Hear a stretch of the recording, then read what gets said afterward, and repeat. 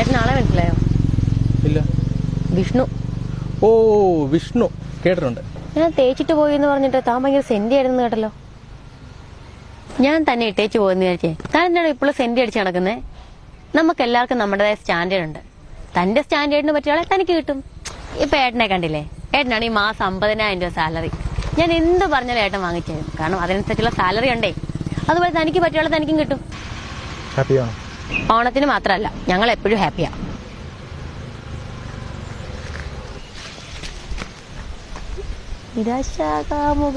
കഷ്ടം തന്നെ. Madam madam madam good morning madam. Morning. എന്താ ഇവിടെ? ഞങ്ങൾ രാവിലെ മേഡത്തെ കാണാൻ വേണ്ടി ഇറങ്ങിയതാ. ഞങ്ങൾ വീട്ടിൽ പോയിരുന്നു. അപ്പോഴറിഞ്ഞ മേഡം ജോഗിന് വന്നിട്ടുണ്ടെന്ന്. മേഡം ഈ ഓണത്തിന് ഞങ്ങളുടെ വീട്ടിലേക്ക് വരണം. അയ്യോ, ഞാൻ ചിലപ്പോൾ ബിസി ആയിരിക്കുമല്ലോ. അയ്യോ, അങ്ങനെ പറയില്ലേ മേഡം, വന്നേ പറ്റൂ. ഞങ്ങളുടെ റിക്വസ്റ്റ് ആണ്, പ്ലീസ്. നോക്കാം. മേഡത്തെ പറ്റി എപ്പോഴും ഏട്ടൻ പറയും കേട്ടോ. എപ്പോഴും ഓരോ മിനിറ്റ് ഇടപെട്ട് മേഡത്തെ പറ്റി പറയാനേ ഏട്ടൻ നേരെ ഉള്ളൂ. എന്തിനാ എപ്പോഴും എങ്ങനെ പറയുന്നത്? അല്ല, മേഡത്തിന്റെ ഓഫീസിലെ പെർഫോമൻസ് ഞങ്ങൾ ഡീൽ ചെയ്യുന്നത് ഒക്കെ പറയുന്നതാ പാർട്ടി. അപ്പൊ മേഡം സമയത്ത് എത്തണം. എല്ലാം സെറ്റ് വെച്ചിരിക്കുക.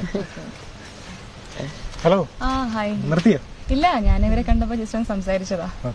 മേഡത്തിന് എങ്ങനെ അറിയാളെ? ഞങ്ങൾ തമ്മിൽ ചെറിയൊരു ബന്ധമുണ്ട്. എന്റെ ഹസ്ബൻഡാ.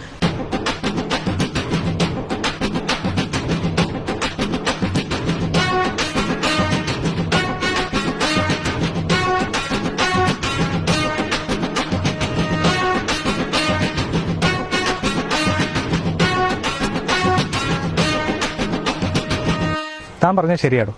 നമുക്കെല്ലാം ഓരോ സ്റ്റാൻഡേർഡ് ഉണ്ട്. അതനുസരിച്ചുള്ള ആളെ ദൈവം തന്നെ കൊണ്ടുതരും.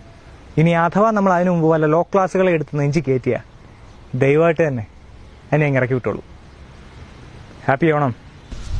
ഹാപ്പി ഓണം. എന്തോ ഹാപ്പി ഓണം സർ.